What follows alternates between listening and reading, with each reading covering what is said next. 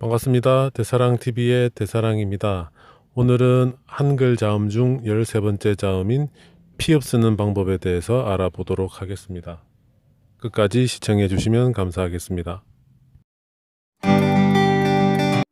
피읍은 가로, 세로, 획 모두 4획이 붙어 있지 않고 떨어져서 쓰게 되어 있습니다. 따라서 가로, 획, 세로, 획 연습을 많이 하시면 보다 훨씬 더 수월하게 연습하실 수 있습니다. 그럼 우선 제가 피읍 쓰는 영상을 느린 재생 화면으로 보시도록 하겠습니다.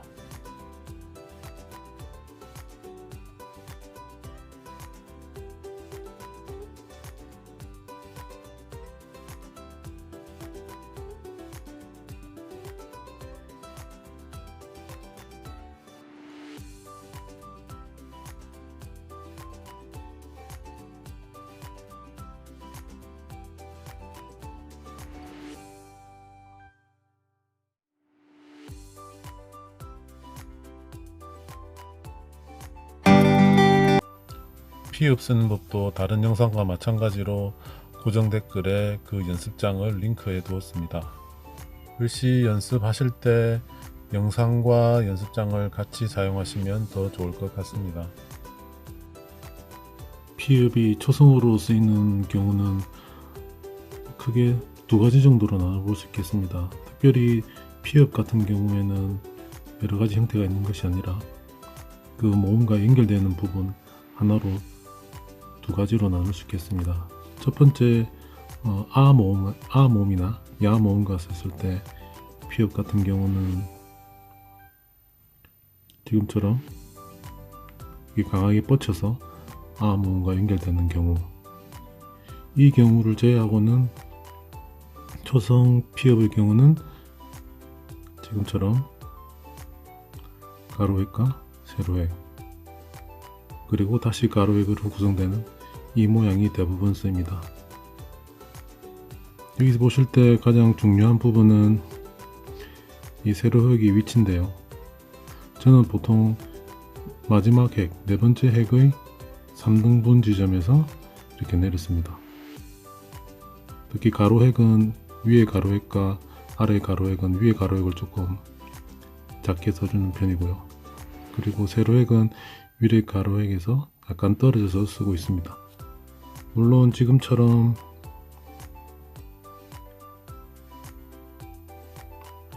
이렇게 서로 붙여 쓰는 경우도 특별하게 문제는 있다고 생각하지 않습니다.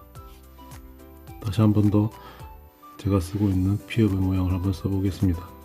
가로획을 먼저 그어주시고 이 끝난 부분, 시작과 끝 부분 안에서 약간 떨어뜨려서 세로획을 그어주시고 그리고 약간 넓게 생각하면서 가로획을 한번 더 그어주시면 피읍이 완성됩니다. 모양은 지금같이 이와 같은 모양인데 아나 어와 같이 세로 모음과 같이 쓰실 때는 조금 이 모양의 비가, 가로 세로의 비가 이렇게 조금 길어지는 형상이 나타나는 게 좋고요. 그리고 우나 오와 같이 모음 계열에 있는 과 같이 쓰는 경우에는 상대적으로 조금 넓게, 이렇게 넓게 써주는 것이 더 보기 좋습니다. 물론 이 경우에 있어서도 역시 첫 번째과 두 번째, 세 번째를 이렇게 붙여서 써도 크게 상관은 없습니다.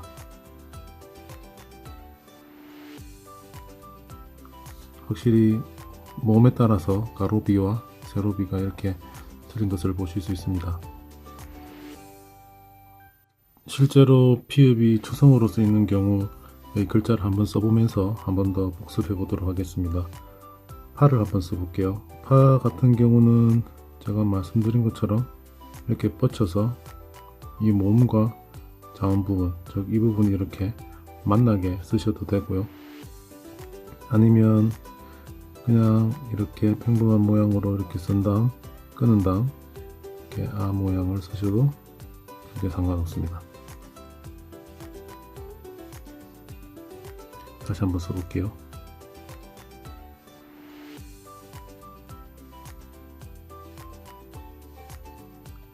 이렇게 쓰시면 됩니다. 그리고 두 번째 피업의 경우 포라는 글자를 한번 써보겠습니다.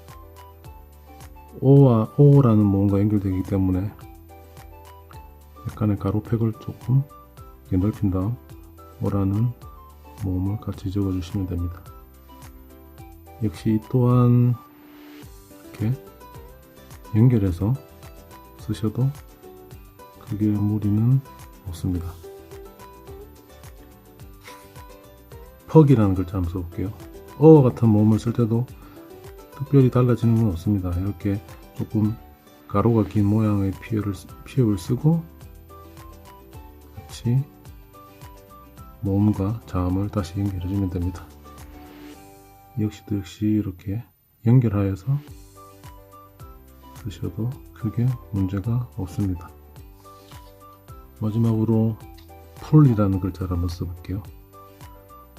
풀이라는 글자를 쓸 때도 마찬가지로 조금 받침이 있기 때문에 이렇게 가로를 조금 더 길게 쓰시는 것이 좀 중요하고요.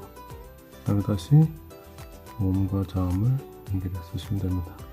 이 역시 피읍의 세 번째 획과 모음의 가로획 그리고 받침의 리을의 세로 이렇게 이런 부분을 일치시켜 주시는 것이 좋습니다.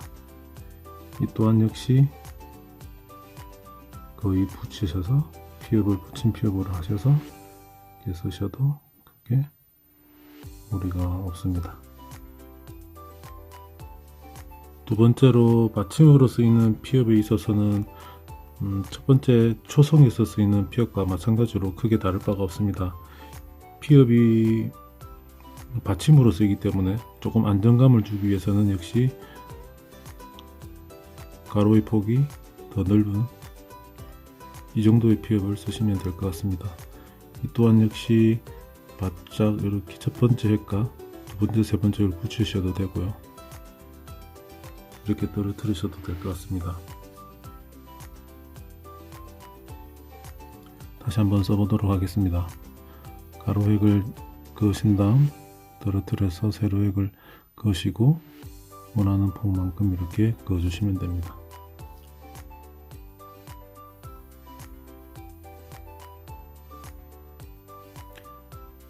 역시 가장 중요한 부분이 이쪽 공간, 이쪽 공간을 거의 같은 공간으로 만들어 주신다고 생각하시고 쓰시는 것이 가장 좋습니다.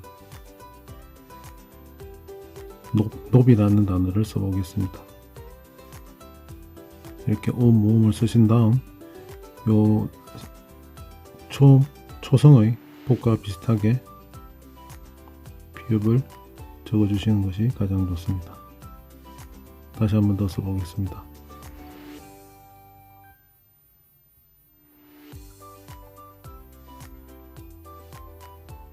지금 보시다시피 받침으로 쓰이는 경우는 역시 세로의 폭보다 가로를 조금 더 넓게 써주시는 것이 좋습니다. 숲이라는 단어로도 한 번 더 복습해 보도록 하겠습니다.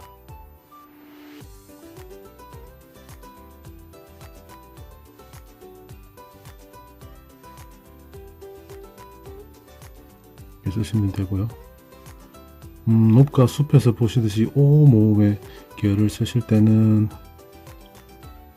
중심이 정중앙에 있기 때문에 따로 오를 끝으로 오른쪽 끝으로 맞춘다거나 그렇게 안 하셔도 됩니다. 숲을 한번 더 써보겠습니다. 시옷을 넓게 적어주시고요. 그 다음에 우 모음을 적어주신 다음 다시 피읍을 적어주시면 됩니다. 이번에는 약간 오른쪽으로 써봤는데 그렇게 크게 달라 보이지는 않습니다. 마지막으로 옆이라는 단어로 한 번 더 글자를 확인해 보겠습니다.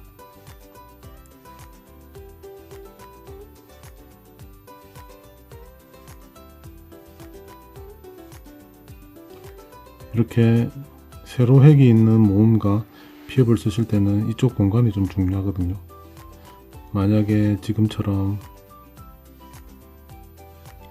열을 길게 조금 내려져 버리면 여기에 또 걸리지 않도록 또 밑으로 조금 밑으로 내려져서 써버리면 이쪽 공간이 조금 많이 생기게 됩니다. 그렇게 되면 글자가 길어지면서 글자의 구성이 조금 약간 엉성해 보이기도 합니다. 이런 부분은 항상 받침 있는 부분을 쓰실 때는 세로 모음의 길이를 항상 염두에 두시고 쓰시는 것이 좋습니다. 피읍을 쓰실 때 아 계열의 모음과 같이 쓰는 경우 가로획을 조금 더 넓게 적어버리면 어떻게 되는지 한번 보시겠습니다. 받침 쓰듯이 이렇게 넓게 적어버린 다음 아를 적어버리면 그 모양의 비가 너무 이렇게 가로 쪽으로 길어지게 돼서 그 글자 모양이 좀 이상하게 되고요. 반대로 푼이라는 글자를 적을 건데 세로 획을 첫 번째 초성을 아 계열의 뭔가 쓰듯이 이렇게 길게 적어버리고 푼이라는 글자를 적게 되면 이 부분 역시 또한 세로 쪽으로 너무 길게 보여서 글자의 모양이 조금 이상하게 보입니다. 그리고 마지막으로 잎이라는 글자를 써볼 건데 이 경우에 있어서도 받침을 길게 쓰면 어떻게 되는지 보시겠습니다. 이를 써주시고요. 그 다음에 피읍을 긴 피읍으로 이렇게 적어버리면 지금 보시다시피 글자의 모양이 비대칭이 되고 글자가 길어지면서 보기 싫은 모양이 됩니다. 따라서 여러분들은 모음과 같이 쓰이는 모음의 형태에 따라서 자음의 폭이나 높이를 어떻게 결정할 것인지 미리 한번 생각해 보시고 적는 것이 좋습니다.